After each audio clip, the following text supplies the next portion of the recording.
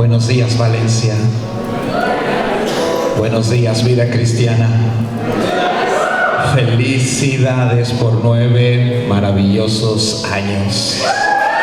Se merecen un súper aplauso.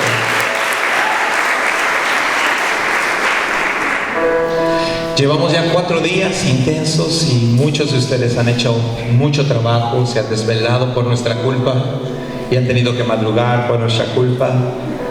Y yo agradezco tanto su corazón para con mi esposa y para conmigo, de la forma en la que nos han recibido, atendido, abrazado, reído con nosotros, tomado café, nos han desvelado y hemos disfrutado cada segundo de estar con ustedes. Esta es nuestra última conferencia aquí en Valencia antes de ir a Madrid por otros 10 días a ministrar allá en otras iglesias y luego regresar a México, prácticamente ya tomar las últimas actividades antes del fin de año.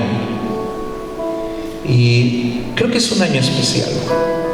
Es un año especial.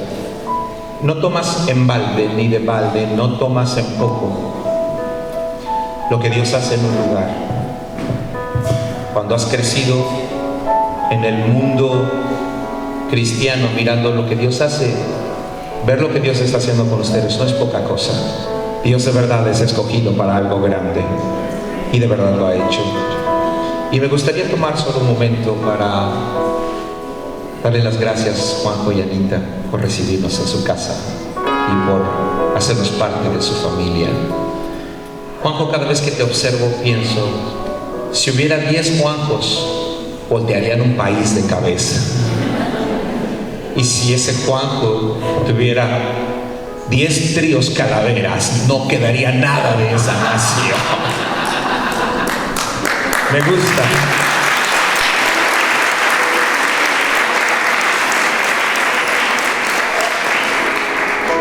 Admiro que en 9 años mantengas tu pasión idéntica. No te conocí hace 9 años comenzando la iglesia, pero te conocí hace 2 años y sin saber lo que hoy nos platicas, doy gracias a Dios porque tu pasión es alimento para multitudes. A veces el hombre nutre más con lo que es que con lo que dice. Hay gente que habla mucho pero dice poco, hay gente que habla poco pero dice mucho. Y tú eres de los que dice una palabra y los sacudiste, los cacheteaste, los volviste a poner de pie y los enviaste de regreso. Me gusta eso. Gracias por tu pasión, Juan, gracias por tu corazón, gracias por ser radical para tu fe, pero ser tan grande y flexible para que cupiera tanta gente en tu corazón. Hubo una época de tu vida en la que lo único que cabía en ti eras tú. Y ahora hay multitudes que caben en tu corazón. Antes solo llorabas, luchabas por ti, y ahora lloras, luchas y te enojas y te apasionas por Dios. Y eso es un regalo de Dios para España. Que Dios te bendiga por eso. Pastor, eres un gran pastor. Eres un gran pastor.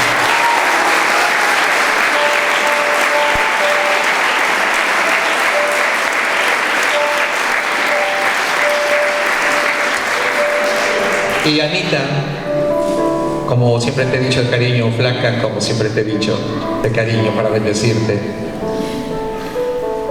Tere y yo siempre platicamos, hemos coincidido en que conociendo tu historia, tu inteligencia y tu capacidad, los talentos que Dios te dio y la inteligencia que Dios te dio, pudiste haber ocupado cualquier puesto en cualquier parte, podrías haber estado en cualquier parte y podrías haber sido una ejecutiva y podrías haber sido lo que hubieras querido ser, porque Dios te dio esa gracia. Te conocimos desde pequeña y vimos tu desarrollo, tus locuras, y siempre te dio, cuando platicamos de ti, dijimos, Anita pudo haber sido lo que hubiera querido ser.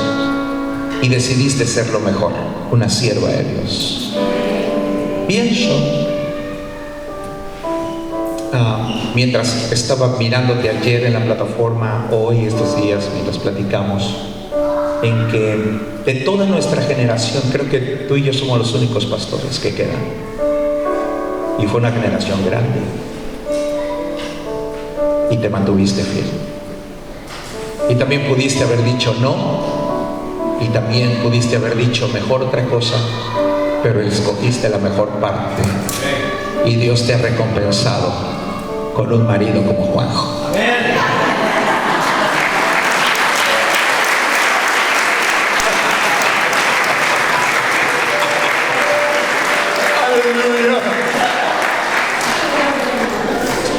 Pero de verdad, Anita, gracias por escoger este camino. En parte estamos en España por estas decisiones que has tomado y por este camino de pastorear al Señor. Estamos orgullosos de ustedes, orgullosos de ti y satisfechos y contentos.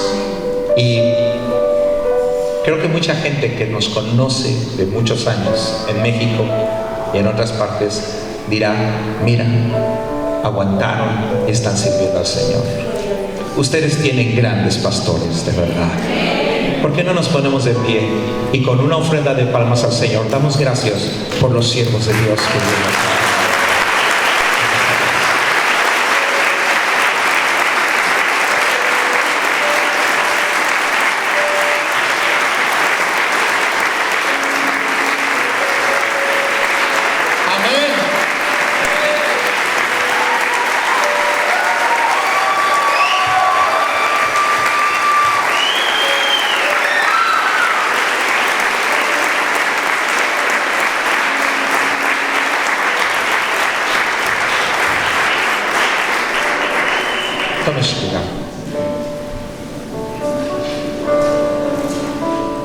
Antes de empezar a hablar rápido, y entonces empiece a corretearnos unos a otros, quería tomarme este tiempo porque Dios de verdad les ha dado una iglesia maravillosa y hemos tratado con su liderazgo, con los pastores amigos que Dios les ha regalado, y nos sentimos profundamente bendecidos de ser tomados como amigos y de ser abrazados en España por ustedes. No habríamos podido llegar a través de ninguna mejor iglesia, amistad o relación que a través de ustedes, y gracias por ser una puerta para nosotros. Y gracias, pastores, por su amistad, por abrazarnos con tanto cariño, por hacernos comer tanto cada noche. Gracias, líderes, por siempre sonreírnos, aunque nosotros nos íbamos a cenar y ustedes se han quedado a levantar y a limpiar y a recoger, como lo van a hacer hoy también al final. Gracias a Dios por este tiempo. Me gustaría tomar un momento para compartir una palabra y no tardarme tanto. Y porque es un día para celebrar y es un día para decir gracias, ¿verdad? Por lo que Dios ha hecho. Gracias a Dios. Me gustaría leer una historia corta, conocida de todos nosotros, y tratar de entrar a la historia por otra puerta y ser guiados por Dios para un principio básico que creo que es un buen hilo para conducir el futuro de esta iglesia y el futuro de nuestras vidas. Juan capítulo 2. Juan capítulo 2.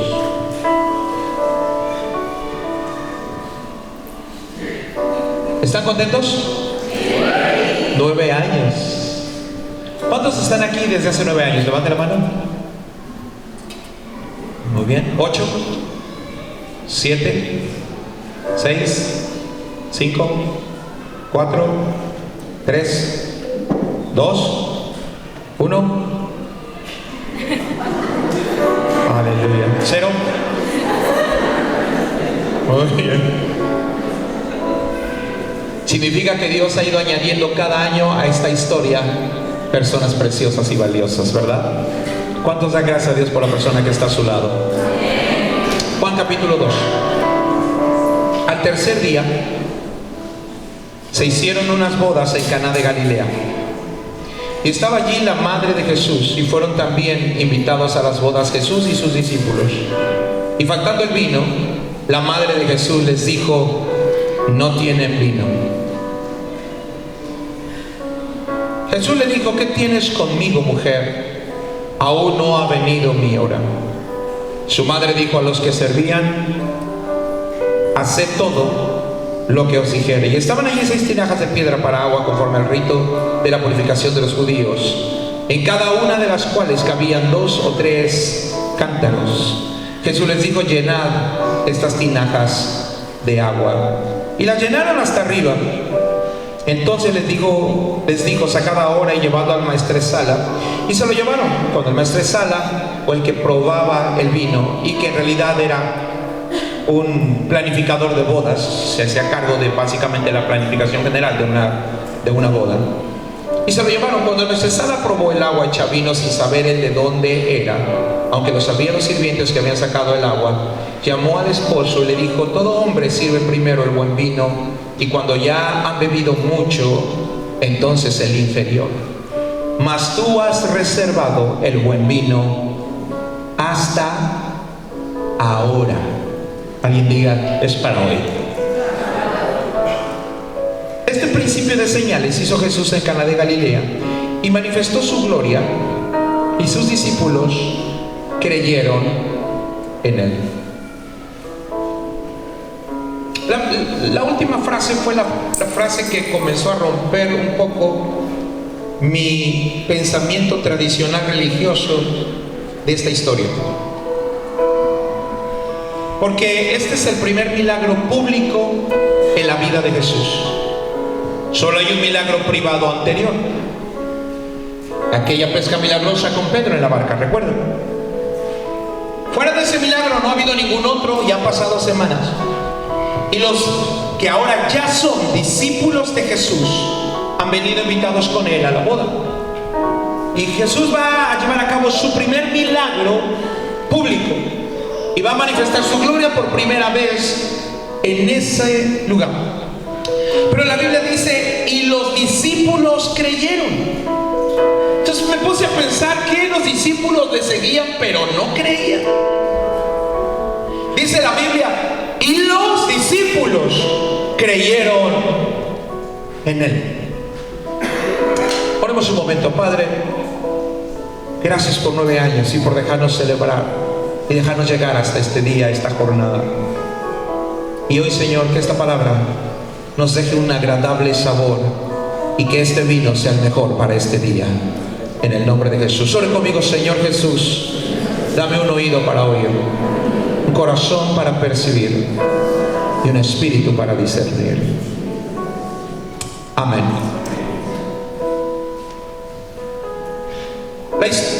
Descansa, amigo. Gracias. La historia de la humanidad, con la creación, comenzó con una boda. Adán y Eva. Génesis, capítulo 1 y 2. Apocalipsis, el final de la historia, termina también con el señalamiento directo de una boda. El espíritu y la esposa, dice el versículo 17 del último capítulo de la Biblia. El espíritu y la esposa dicen: ven. En el llamado y el anhelo de que sea celebrado lo último. Así que hay un anuncio y el inicio de la creación con una boda, y el final de la escritura con una boda. No es entonces una coincidencia que Jesús haya comenzado su ministerio en una boda, y su ministerio también concluya en una boda, porque su ministerio concluye en las bodas del Cordero. La Biblia dice que Él está sentado a la diestra del Padre, y al estar sentado a la diestra del Padre todavía intercede por nosotros. Pero una vez que estemos con Él en su presencia reinando y las bodas del Cordero sean celebradas, el ministerio de Cristo habrá concluido. Así que la historia comienza con una boda y termina con una boda. Y el ministerio de Cristo comienza con una boda y terminará también con una boda.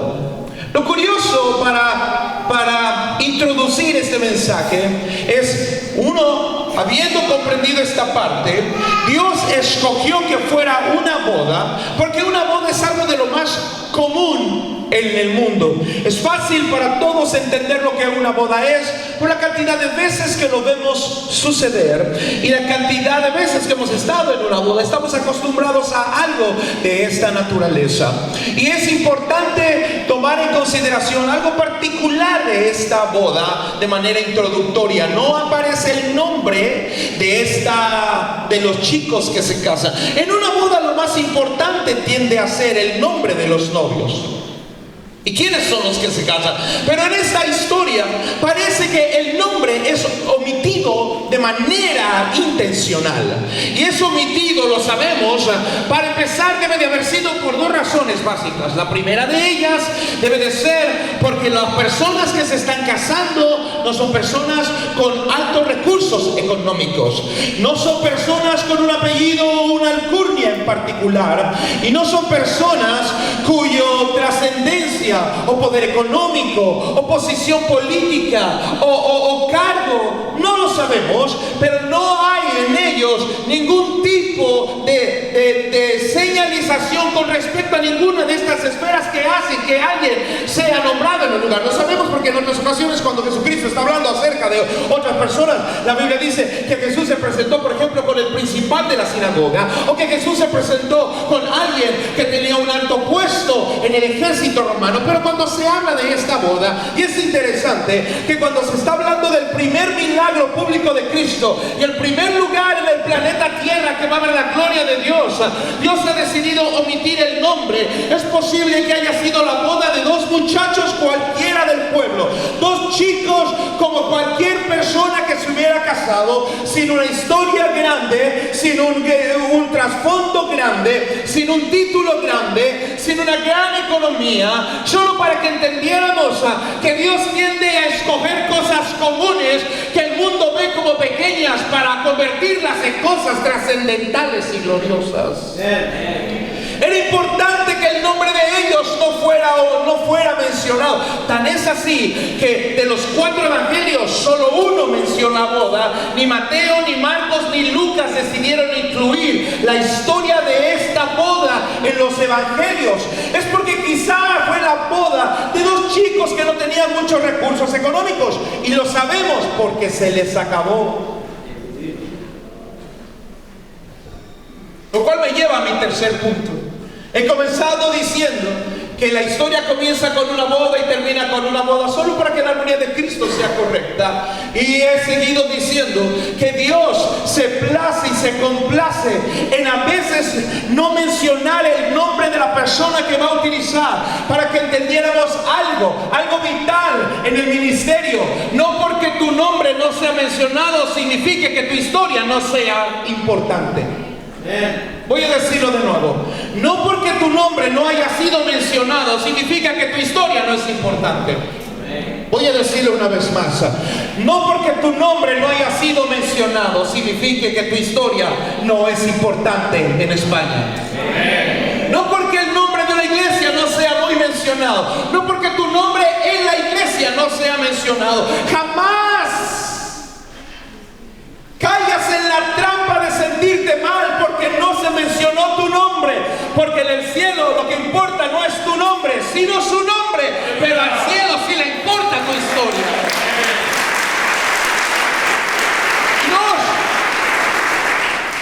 Mi último punto introductorio es que estos chicos comienzan su primer día de su historia con un problema. El vino se les acaba. Es su primer día de pareja, es su primer día en la historia como matrimonio y están quedando mal con todos sus invitados. Ahora, la gente que está invitada a esa boda es tu gente más querida. Y la cultura en el pueblo hebreo es una cultura de vergüenza o una cultura de honor. Si una familia, por causa de quien fuera, caía en vergüenza, ellos, los hijos de ellos y los hijos de los hijos de ellos, siempre eran ligados históricamente con la persona que había cometido algo mal. Y la vergüenza era transmitida de generación en generación. Lo sabemos porque siempre en la escritura, cuando nosotros estamos conociendo la historia de algunas de las personas, la forma en la que se menciona el nombre de su padre tiene relación con si su padre era bueno o era malo. Voy a demostrarlo. Bartimeo, hijo de Timeo. ¿Recuerdan cómo dice la escritura?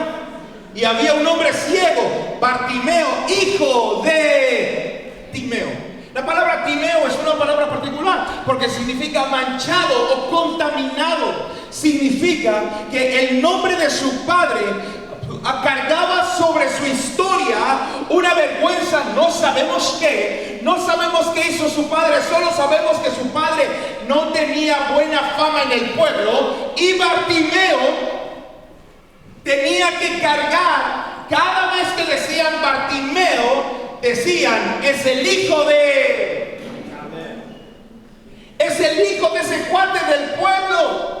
Y es el hijo de ese hombre en ese pueblo que se dedicaba a hacer toda cantidad de tropelías. Y él tuvo que cargar con el peso del pasado de su padre.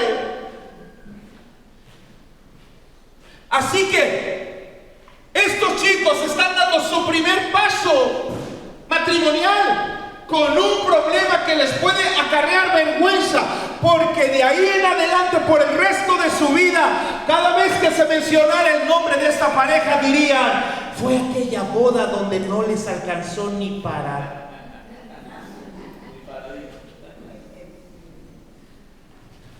Y cuando sus hijos nacieran, dirían, son los hijos de aquellos que te acuerdas de esa boda donde se les atoraba todo porque ya no había que tomar.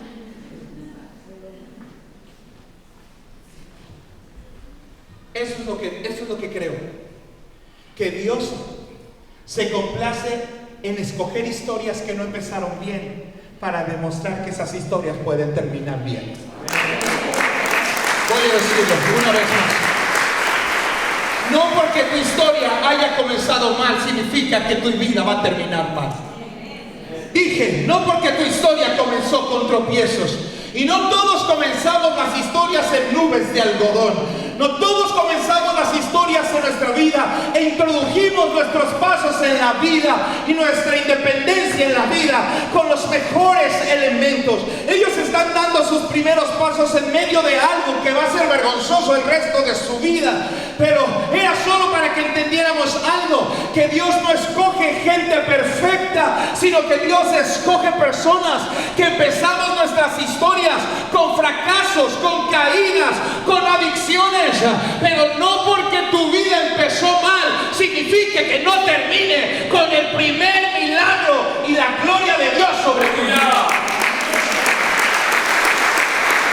La iglesia cristiana es el lugar donde llegan personas que no empezaron bien. Empezamos con tragedias. Empezó nuestra juventud con una adicción. Empezamos con tropiezos. Empezamos con embarazo. Empezamos con situaciones caóticas. No empezó bien nuestra historia. Pero me gusta saber que el lugar que Jesús escogió fue la vida de dos chicos que no habían empezado bien. Y Dios les dijo, no empezaste bien, pero espérate para que veas cómo va a terminar tu día si yo estoy en tu vida.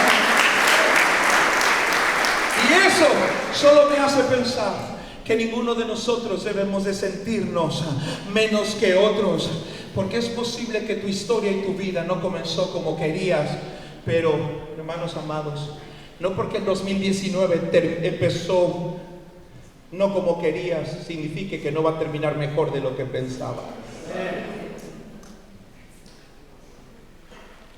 Y entonces una mujer entró en la escena. Quisiera tomarme unos minutos para hablar de la historia de María en particular, porque parece que los derechos reservados de María los tiene alguien más. Pero María fue una mujer llena del Espíritu de Dios. Me gustaría hablar de María por un momento, porque María es el detonante para que el primer milagro público sea y tome lugar en la tierra. Mientras he pensado en María, he pensado en tres cosas básicas. Uno, ¿cuántos años tenía María cuando esto sucedió?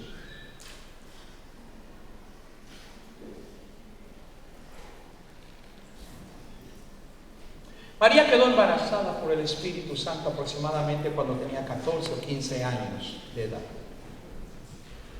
Significa que Jesús tiene 30 años cuando está comenzando su ministerio. Significa que María debe tener 45 años aproximadamente. Ahora, mi pregunta es: ¿cuántos milagros ha visto María en 30 años?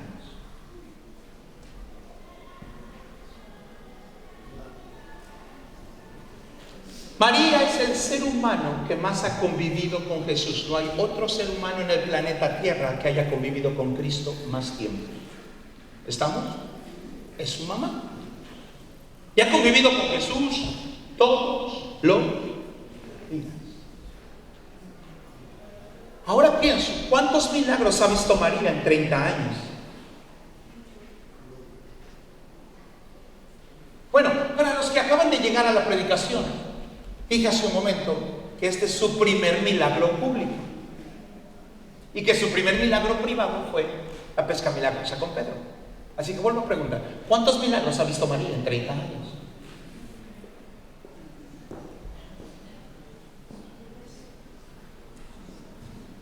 Ah, caray, eso no está en la Biblia, pastor. Si este es su primer milagro público, ¿cuántos milagros ha visto? Ninguno. 30 años. ¿No ha visto qué cosa? Ningún milagro. Síganme por favor con cuidado. Es importante el contraste que se hace con respecto a los discípulos al final de la historia cuando dice: y los discípulos creyeron en él después de ver el milagro. María no necesita un milagro para creer en Jesús. ¿Me está leyendo? Y aquí voy. María ha caminado por 30 años. No hay persona que conozca más a Jesucristo que ella, pero no lo ha visto predicar más que a los 12 cuando se le encontró hablando con los maestros de la ley, y solo ha visto que Jesús está creciendo en gracia y en conocimiento para con Dios y con los hombres. Observa cómo va madurando y cómo la gente comienza a tener una relación con él cercana, y cómo le es tan fácil relacionarse con los demás, cómo es tan fácil y esta gracia para comunicarse con la gente. Pero María no ha visto ningún milagro. Déjenme complicar la historia solo un poco más para ustedes, y yo sé a dónde voy. Síganme con cuidado. Porque José, dijimos el día de ayer, José murió a una edad temprana, porque José solo es mencionado por última vez cuando Jesús tiene 12 años de edad. Después no vuelve a ser mencionado más en la historia, más que como referencia de haber sido el papá de Jesucristo, o el carpintero que Dios usó para criar a Jesús en los primeros años. No hay más referencia bíblica al respecto. Significa que José tuvo que morir en los primeros años. Eso significa que Jesús tuvo que asistir al entierro de su padre. Eso significa que María sabía y José sabía el poder que tenía Jesús en su vida, pero Jesús decidió no sanar a su padre cuando su padre estaba enfermo. Una más. Si leyeron la escritura con cuidado, sabrán ustedes que Jesucristo tuvo 7 hermanos en total. Y entonces, ¿creen ustedes que en esos 30 años alguno de sus hermanos se habrá enfermado de algo?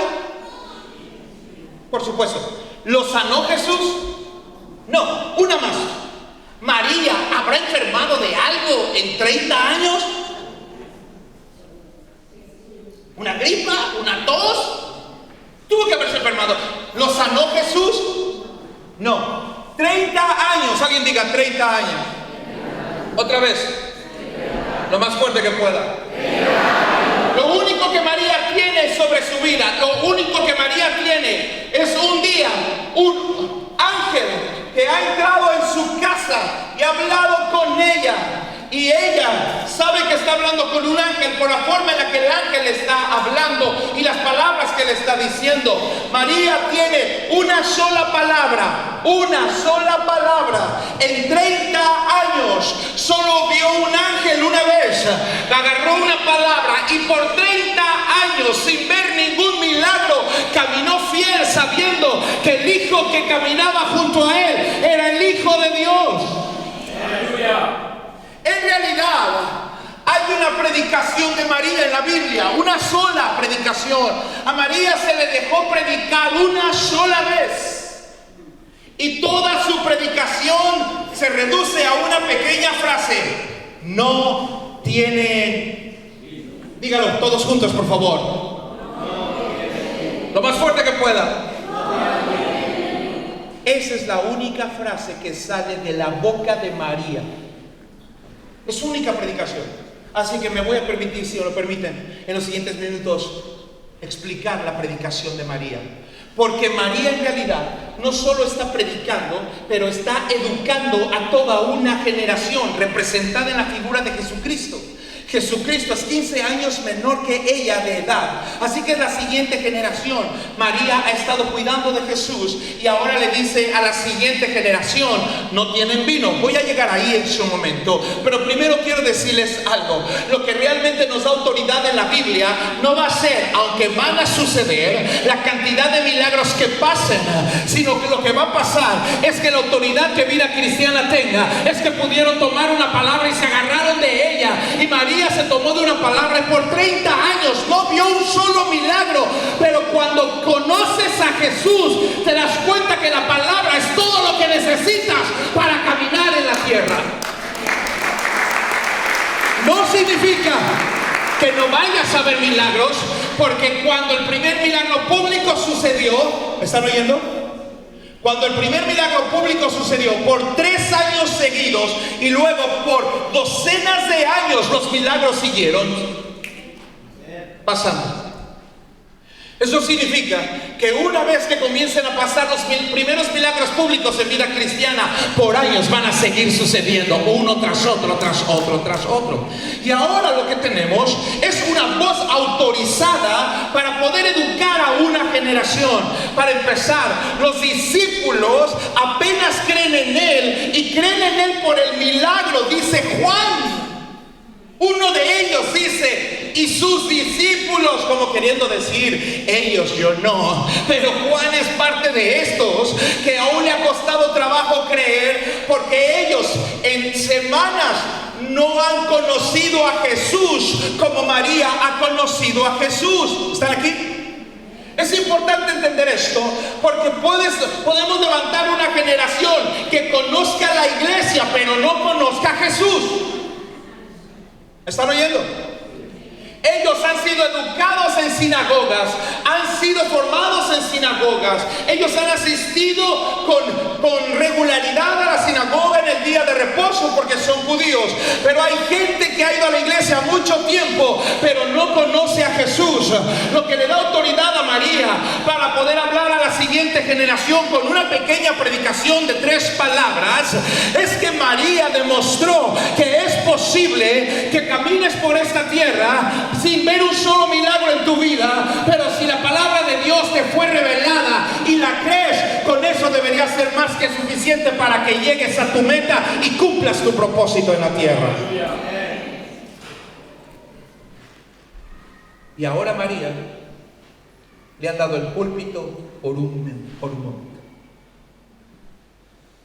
Y María toma una predicación y dice: no tienen vino. Diga conmigo: no tienen vino. Esto es lo que quiero que entiendas, Jesús.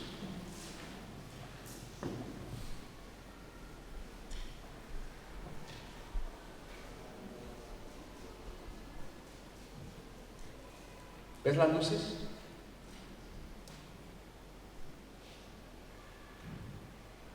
¿Oyes el sonido de la fiesta y toda la pachanga que hay? Bueno, así decimos los mexicanos. Aquí, como dicen, fiesta. Toda la juerga, la fiesta. Es toda la fiesta. Ves que todos llegaron vestidos bonitos a la fiesta. María le está entrenando. Digo conmigo, está entrenando. Jóvenes, escuchen. Es una generación que está entrenando a la siguiente generación. Porque esta es una generación de hombres y mujeres, escúchame, de hombres y mujeres en España. Es una generación de hombres y mujeres en España que sin ver milagros se atrevieron a creer porque conocían a Jesucristo. Y la gente en España que sin ver milagros por años han resistido solo porque han creído una promesa del cielo y la han tomado para sí. Eso es lo que les da autoridad espiritual para poder despertar el espíritu de la siguiente generación. Porque no tendríamos autoridad espiritual. Escúchame, la cantidad de milagros no está relacionada con tu nivel de autoridad espiritual. La autoridad que tienes no está ligada a la cantidad de milagros que veas, está ligada a la cantidad de palabras que creas. Entonces tenemos una generación que está siendo bombardeada porque lo único que están buscando es algo, pero lo que te sostiene va a ser la palabra de Dios. Y entonces María recibe autoridad para educar a una siguiente generación y tener una participación significativa en la historia. Esa es toda su participación. Lo demás ya es una onda de los seres humanos, pero esa es la que fue su autorización del cielo para poder ayudar a la siguiente generación. Antes de que la siguiente generación entrara en la historia, María tenía que educar a la siguiente historia. Y la primera lección que le dio a los jóvenes que venían detrás es esta: mi hijo, donde quiero que centres tu atención no es en los reflectores, no es en las pantallas, no es en la calidad de sonido, ni en el tipo de lo que sucede en una plataforma o de lo que sucede en un lugar. Quiero que recuerdes siempre que no tienen, dígalo, quiero que este sea tu centro. Porque vivimos en una sociedad que van a llegar y te vas a sentar al lado de una compañera de clases y la vas a ver y vas a ver que trae el mejor reloj, que le avisa de los mensajes, que vibra cuando llamas, y va a tener el mejor teléfono celular con las mejores fotos y nitidez del mundo, y va a traer una ropa de marca y la vas a ver sonriendo. No te dejes apantallar por eso. Aunque la veas sonreír a tu lado, tú no sabes que en su casa está pensando en suicidarse y que no puede hablar con su papá y que no se lleva con su madre, porque en realidad el problema es que no tienen. Quiero que no se te olvide, que no te dejes deslumbrar por las luces y no te dejes deslumbrar ni engañar, porque el sonido va a crecer. En una boda el sonido siempre es un poco más alto, ¿o no? Y las luces están moviéndose a todo lo que dan. Y no significa que las luces sean malas, y no significa que el sonido sea malo, no significa que eso sea del... No, solo significa esto: cuando te plantes en tu universidad y cuando entres el día de mañana a la empresa en la que laboras, no te dejes llevar por el auto que maneja tu compañero del trabajo, porque ese compañero del trabajo no ha podido tener en meses un solo día de paz en su casa y no ha podido tener una relación feliz con sus propios hijos. No te dejes llevar por el resto. Recuerda que no tienen vino, pero tú sí lo tienes.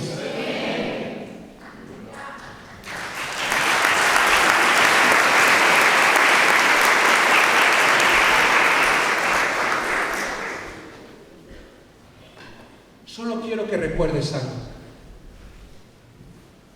que te voy a colocar en lugares donde sientes que no encajas.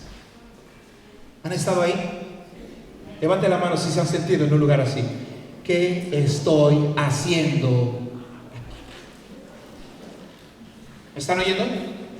Ahora, a esa boda, ¿llegaron bien vestidos, sí o no? Sí. ¿Llegaron perfumados? Sí. ¿El sonido era bueno? Claro que era bueno. ¿Los reflectores estaban a todo lo que daban? Sí. Pero el destino, escúchame, el destino de esa boda y la vergüenza de esa boda no tenía que ver ni con las luces, ni con el vestido, ni con el reloj, ni con la marca de auto. Tenía que ver con que el vino se acabara o no. Y esa familia, el orgullo, la gloria de esa familia no descansaba en que tuvieran la mejor ropa, descansaba en que tuvieran vino suficiente. Y esa es nuestra historia, que Dios nos ha colocado en la tierra.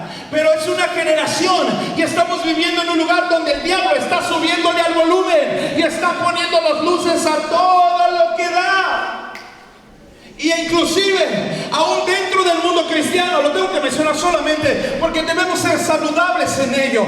No porque una iglesia lo tenga todo, o porque alguien diga, es que ahí el sonido es padrísimo y las luces son padrísimas y las pantallas son de LED. No te dejes apantallar, lo que importa es que tengas vino.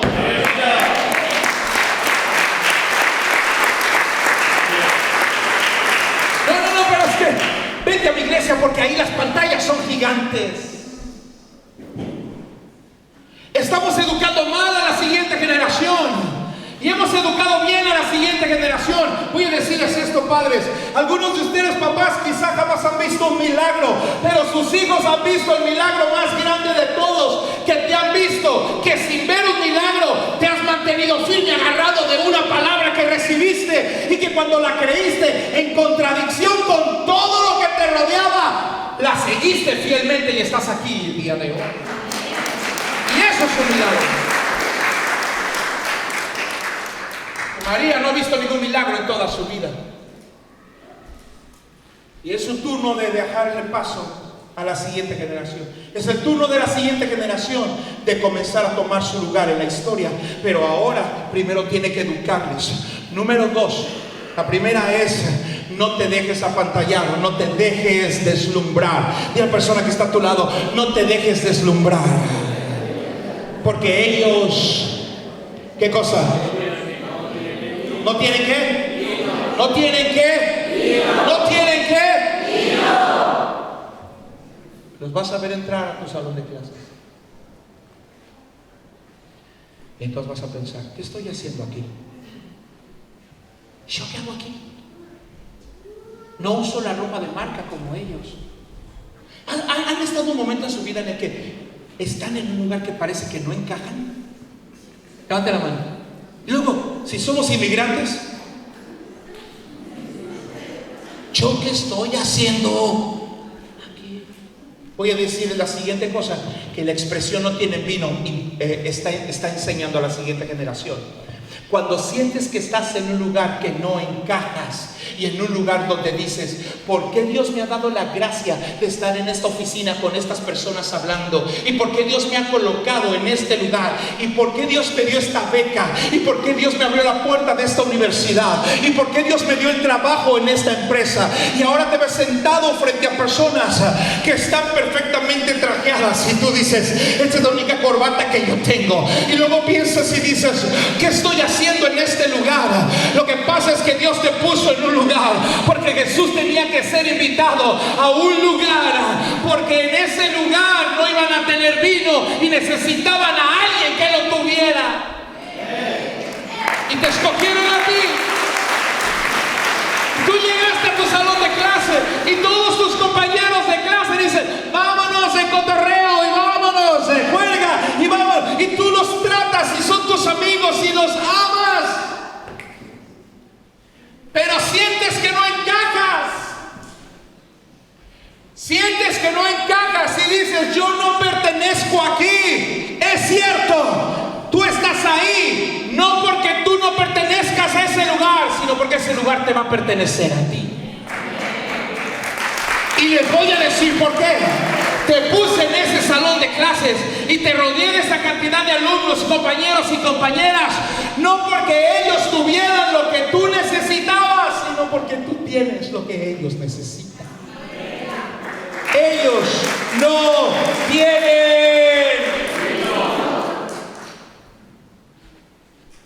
Así que esta única predicación de María, antes de que comience la siguiente generación a intervenir en la historia, María tiene que decirles algo.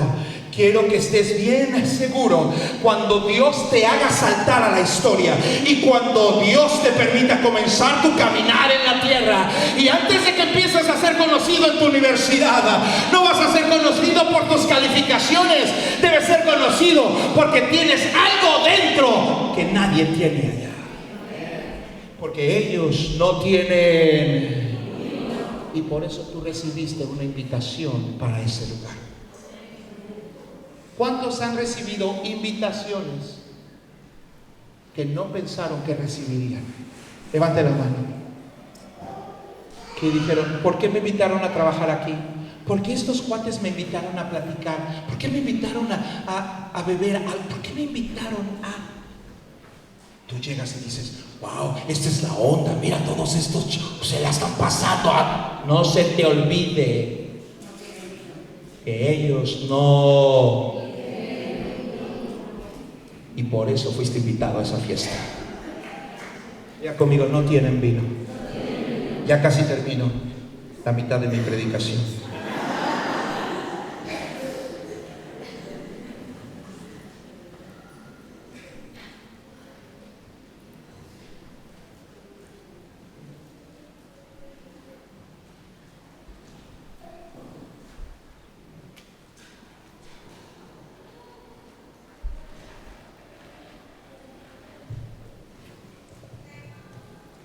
Si tú eres la incógnita, es porque tú eres la respuesta. Síganme. Si tú eres la incógnita, es porque tú eres la respuesta. ¿Están aquí? Si tú eres la respuesta, es porque tú eres la incógnita. Pero para que tú seas la respuesta, primero necesita el mundo y la fiesta recorrer al maestresala. Y vinieron con el maestresala y le dijeron, llama el vino. El maestresala es el que gobierna, diga conmigo, el que gobierna. Es el que programa la fiesta, es el que planifica la boda. Está hablando de las autoridades terrenales. Tarde o temprano las autoridades terrenales en toda nación, en todo país se van a dar cuenta que ellos no pueden resolver el problema del vino, que ellos no pueden resolver el problema de adentro de la gente, que ellos no pueden resolver el problema de la paz interior, que ellos no pueden resolver el problema de la alegría, que ellos no pueden resolver el problema del gozo. Van a seguir recetando calmantes, van a seguir recetando medicamentos para que la gente pueda sobrevivir, pero no pueden resolver el problema, porque el problema es algo que se acabó, a lo que ellos ya no tienen acceso y que además no se puede comprar en la tienda de la esquina. Si hubieran podido mandar a la gente a una tienda a comprar vino, esta historia no habría sido registrada, porque entonces habría dicho, no hay problema, vete, búscate una bodega, compra el vino, regresa y no hay problema. Pero eso significa que el vino había sido preparado por tiempo y que cuando el vino se acabó no había de dónde echar más mano del vino. ¿Va conmigo? Esto es lo que ha pasado en la sociedad humana, es lo que ha pasado en nuestro mundo por años. La gente ha pensado, ¿de dónde voy a echar mano? Bueno, pues echemos mano de una ayuda, ahí viene la ayuda. Y ahora echamos mano de medicamentos, ahora vamos a echar mano de una adicción. La gente termina atrapada en algo, pero en realidad no se puede resolver el problema. Y una persona sube a la presidencia en nuestra nación, acaba de suceder, va a pasar en todos los países del mundo. La gente sube al poder prometiendo resolver un problema, pero el problema no se puede resolver, porque el problema no es de afuera, no es de luces, no es de sonido. Así que el mundo lo que hace es subirle más al sonido y subir las luces para que la gente ponga su atención en las luces, el sonido en las pantallas, y no se den cuenta que el vino está agotado.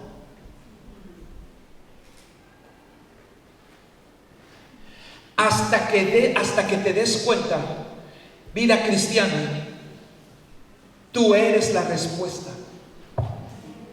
Voy a decirlo de nuevo. Hasta que entiendas que tú eres la respuesta donde Dios te puso, vas a entender el propósito de Dios. Voy a decirlo de nuevo. Hasta que te des cuenta que tú eres la respuesta. Ya conmigo. Hasta que yo sea la respuesta. Otra vez. Otra vez. Cuando entres en tu salón de clases mañana lunes y cruces la puerta, debes recordar algo. Yo soy la respuesta. Él es el camino, la verdad y la vida, pero yo soy la respuesta. ¿A qué? A la incógnita. ¿Dónde encontraré? Porque tu amiga sigue comprando ropa, tu amigo sigue bebiendo, tus amigos siguen haciendo, pero no han encontrado algo adentro. Entonces voltean y te ven a ti y ven que no estás alcoholizado, pero estás contento. Y ven que no tienes que estar participando de lo mismo, pero tienes paz en tu corazón. Y entonces te conviertes en una Y si te conviertes en la incógnita, te conviertes en la respuesta. ¿Están aquí? Si te conviertes en la incógnita, ¿por qué él? ¿Por qué ella? ¿Por qué? Y luego te ven. Y a veces pasa así. Luego te miran y conocen tu vida y dicen, pero ella tiene problemas iguales. No, ella le está yendo peor que a mí. ¿O no? Y a veces parece que te está yendo como cristiano peor que a los que no son. Y ellos te miran y dicen, ¿cómo es posible que estando enfermo, que estando en esta condición, yo la siga viendo tan feliz y la siga viendo que habla con tanta amabilidad? ¿Y cómo no puedo escuchar una sola palabra amarga de su boca? ¿Y cómo sigue saliendo una palabra amable? ¿Y cómo sigo viendo una sonrisa cada vez que la veo? Si sé lo que está atravesando, cuando te conviertes en la incógnita, te transformas en la respuesta. Y hasta que entiendas que tú eres la respuesta, entonces comprendes tu propósito.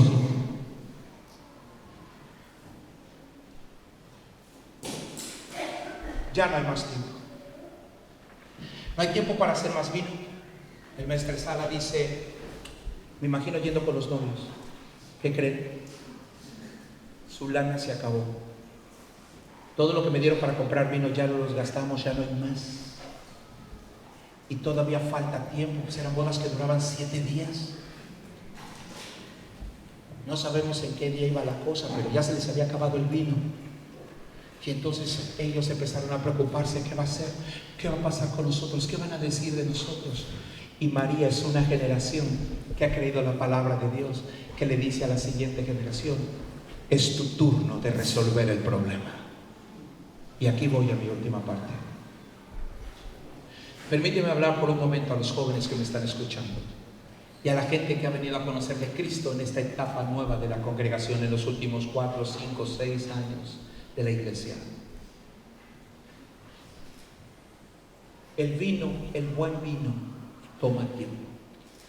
Vaya que sí lo sabemos en España. El buen vino toma... No puedes comprar un sobrecito con un sabor artificial y ponérselo acá, porque la gente se daría cuenta. Pero no tienes tiempo de preparar un vino.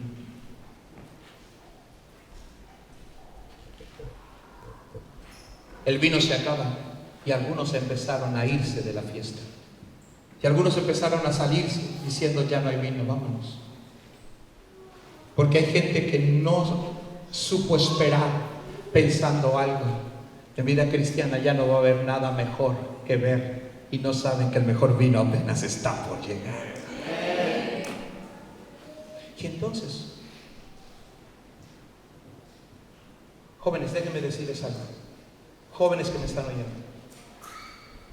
Si Dios te prometió vino, no aceptes nada que se haga rápido. ¿Están oyendo? Si Dios está preparando lo mejor para ti, no te enganches con algo que solo sabe, pero no es. ¿Están oyendo?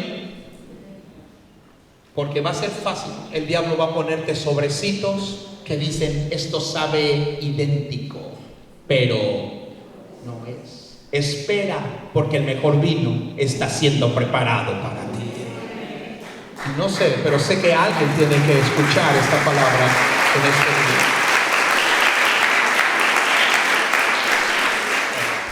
Si crees que Dios está tardando contigo, si crees que Dios está tardando, ¿qué te parece aquí frente a mí? Te voy a tener predicando aquí solo. Si crees que Dios está tardando, ¿cuántos han tenido la sensación de que Dios de repente se está tardando contigo? ¿No? De repente, Señor, ya vas a llegar, ya lo vas a hacer. Si Dios se está tardando contigo, es posible porque te ha catalogado como un buen vino. No se está tardando, se está tomando su tiempo. No quiere que seas un sobrecito. Quiere que seas el mejor vino para lo último que va a pasar en la tierra. Quiere que Vida Cristiana sea una de las mejores iglesias que haya en el planeta Tierra. Y se va a tomar su tiempo, pero cuando España pruebe este vino van a decir, ¿cómo reservaste lo mejor para el final? Lo cual me lleva a mi último punto y entonces ya termino, porque tenemos que celebrar estos 9 años. Siempre pensé por un tiempo que Jesús y María se pelearon ahí. Cuando han leído la historia, ¿no les parece como que se dieron un agarrón? ¿Cuántos se han peleado con sus hijos? Levanta la mano. Si no, es solo por 2 razones. Porque no tienes hijos.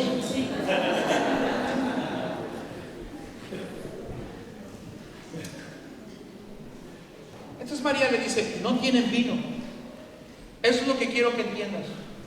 No tienen vino. No te vayas a dejar apantallar por lo que vas a ver allá afuera.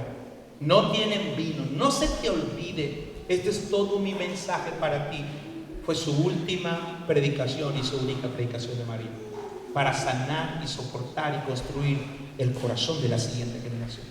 Entonces Jesús le dijo, ¿qué tienes conmigo, mujer, que no ha llegado mi hora? Y entonces digo yo, ¿por qué le habrá respondido tan feo a su mamá? ¿Cuántos papás sienten que sus hijos les han respondido feo? Levanten la mano.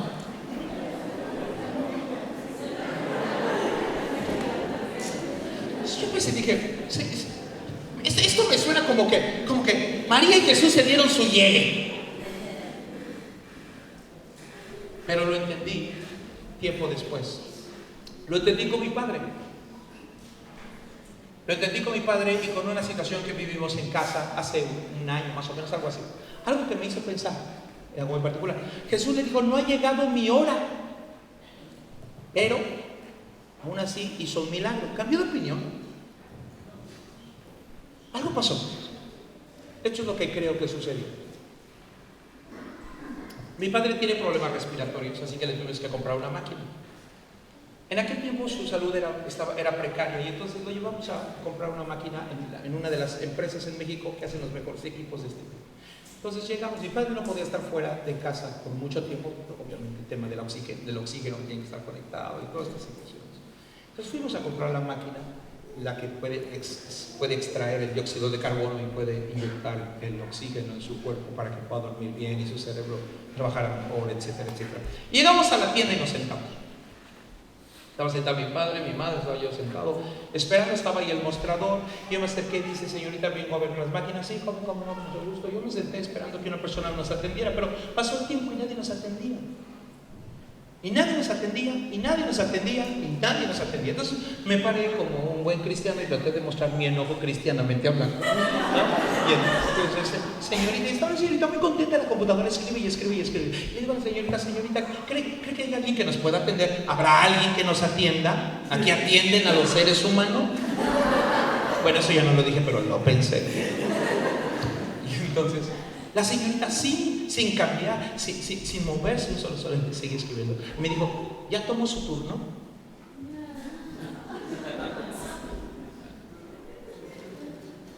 Ahí están en ese poste de en un postecito que Dios tenga en su santa gloria. En un postecito de este tamaño hay un letrerito de este tamaño. En la empresa más importante dedicada a eso. Y tiene un letrero que dice, tome su turno. ¿Cuántos les ha pasado? Levante la mano y confiesa en su burrada. Todos nos ha pasado, ¿verdad? Si no, no has vivido. Jalo el turno. Voy caminando de regreso y mencionan mi número. Y ahí voy al mostrador y le doy a la señorita el papelito. Y me empieza a atender como si nada. Y entonces, Dios usa las cosas más prácticas para enseñarte cosas. Y entonces Dios me dijo, mientras no tomes tu turno, nunca va a llegar tu hora.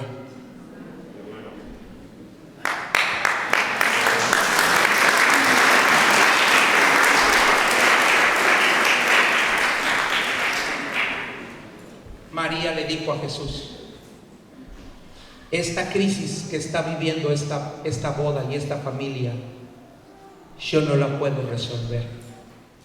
Solo la puede resolver la siguiente generación. Hay unas crisis en España que no vamos a resolver nosotros, las van a resolver ustedes, jóvenes, y la siguiente generación va a resolverlas. Para eso, primero, Dios te ha regalado una generación anterior a la tuya que no debes despreciar. que quizá no has visto en ellos ningún milagro, pero has visto el milagro más grande. Alguien que sin ver milagros se mantuvo firme creyendo la palabra por años de que Dios haría algo en España. Y finalmente España o México tienen una crisis y es hora de tomar. Quiero pedirles que se pongan de pie, por favor, lo más rápido que puedan. ¿Me ayudas en el piano, mija?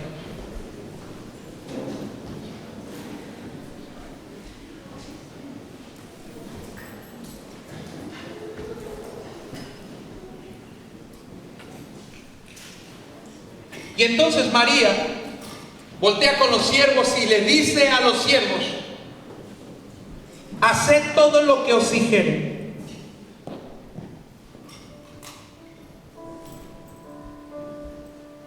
Vida cristiana, fueron invitados en España a una fiesta.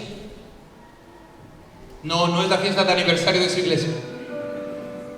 A una fiesta en España que va a estar llena en los años por venir de pantallas de LEDs, de sonidos estridentes, de luces, de tecnología al alcance de su mano.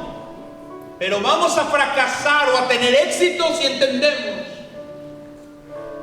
que lo que importa es que no tienen. Y tú has sido invitado a esta fiesta en este día y en esta hora. Valencia necesita gente que tiene vino en lugares donde ya se acabó. La gente, Dios necesita hombres y mujeres, obreros, empresarios, en lugares donde su vino se ha terminado. Porque está donde menos te imaginas.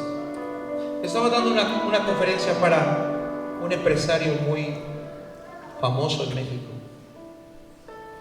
en la segunda empresa más grande en Latinoamérica que se dedica a ese producto. Estaba hablando con el director general de la empresa. Y mientras estaba hablando con él, le dije, estamos hablando sobre cursos empresariales que damos para empresas en México. Y le dije a él, ¿ha pensado en que haya una cultura de celebración en su empresa? Y él me dijo, eso no sirve. Aquí no sirve eso. Lo único que importa es que trabajen, me dijo. Y cuando salimos de la oficina, los abogados caminando conmigo me dijeron, es un hombre con problemas de adicción, es un hombre que está divorciado, es un hombre que está con un estrés grande por lo que está pasando, es una persona que está sufriendo un conflicto familiar. Y te das cuenta de algo: el tema no es su puesto en la tierra. Dios te lleva a un lugar porque no, pero tú sí. Dije, tú sí, tú tienes vino y ahora les toca tomar su turno. Todo ojo cerrado y todo rostro inclinado. Quisiera darle un regalo a los pastores en este día. Nuestro regalo más valioso es alguien que tome su turno. Nuestro regalo más valioso es cuando alguien se da cuenta que fue puesto en la tierra para algo. Cuando descubre propósito y dice, ya sé por qué estoy en esta reunión, por qué estoy en esta sala de juntas, por qué me abrió Dios esta oportunidad en esta universidad, por qué recibí la invitación a estar con ellos.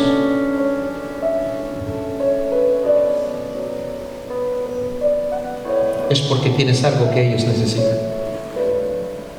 Y hay personas aquí en este día que han estado y han sido bendecidos por los pastores que Dios les ha regalado. Y sus pastores les han dado ejemplo de lo que es tomar una palabra. Y ustedes han visto a sus pastores caminar, a veces con enfermedad, a pesar de la enfermedad. Cuando las crisis son grandes, cuando en la familia hay complicaciones de salud, pero se han agarrado de una palabra y aún sin ver quizá un milagro que han esperado ver, se han mantenido firmes. Y eso les da autoridad espiritual y moral para educar a cada hombre y mujer de vida cristiana. Pero ahora viene la pregunta: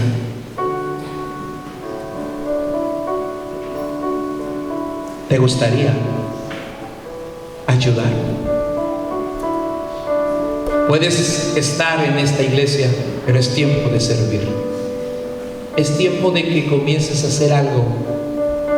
Es tiempo de que tomes tu lugar en la historia. Es tiempo de que entiendas el esfuerzo que han hecho los que están a tu lado, que es tu tiempo de tú llevar a cabo tu propio esfuerzo. Así que mientras tienes sus ojos cerrados, quiero pedirles a aquellos que aman a su casa y aman a su iglesia y que hoy han entendido este mensaje y que quieren empezar a ayudar en lo que sea, porque todavía no estás sirviendo en la iglesia, pero ahora has sido invitado. Hoy estás siendo invitado para tomar tu turno, porque estás esperando que llegue tu hora, pero tu hora no va a llegar hasta que tomes tu turno, y tu turno significa servir.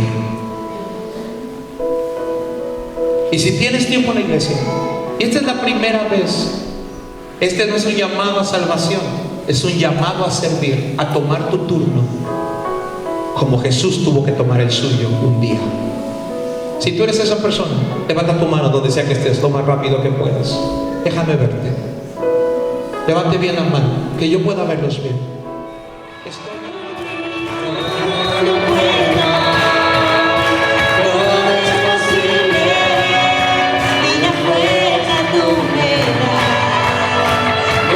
Imposible.